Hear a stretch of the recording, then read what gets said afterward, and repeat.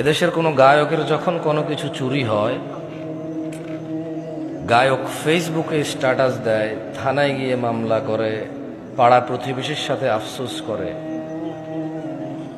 এদেশের সুদখোরের যখন কোনো কিছু চুরি হয়, সে ফেসবুকে স্ট্যাটাস দেয়, পাড়া প্রতিবেশীর সাথে আফসোস হাই হুতাশা করে, থানায় গিয়ে মামলা করে। মামলা মোকদ্দমা সবই ঠিক আছে, কিন্তু সে হাই হুতাশ করে আর বলে, আল্লাহ তুমি চোরকে হেদায়েত দাও। সে আমার কত বড় ক্ষতি করছে। মোবাইলে কতগুলো নাম্বার ছিল, মোবাইলে কি ছিল? ও কিন্তু সুদ খায়।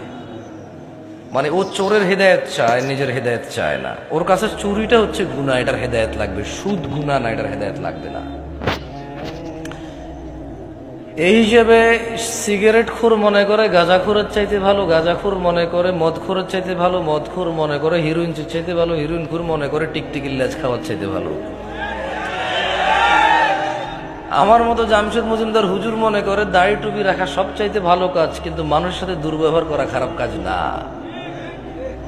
মাইক্রোফোনে এসে আসা লোকগুলো আমরা যখন পরামর্শ দিই মানুষকে, আমরা ভুলে যাই আল্লাহ বলেছে, ইয়া আইয়ুহাল্লাযীনা আমানু, হে তোমরা যারা ঈমান এনেছো, লিমা তাকুল, এমন কথা বলো কেন, মা লা তাফআলুন, যা তোমরা করতে পারবা না নিজেরাই। কাবুরা মাকতান ইনদাল্লাহি আন তাকুলু মা লা তাফআলুন, নিশ্চয় আল্লাহর কাছে ঘৃণিত কাজ হচ্ছে এমন কিছু যা তুমি অন্যকে বলো কিন্তু তুমি নিজে করো না। কেমন?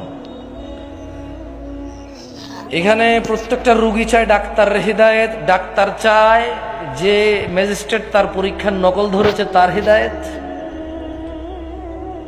হুজুর চায় মাহফিল কমিটির হেদায়েত কারণ টাকা কম দিছে, মাহফিল কমিটি চায় হুজুরের হেদায়েত, টাকা কন্ট্রাক্ট করা ছাড়া আসতে চাচ্ছে না।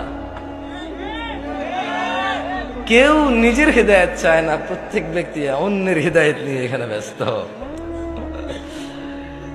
লা হাওলা ওয়ালা কুওয়াতা ইল্লা বিল্লাহিল আলিয়্যিল আযীম।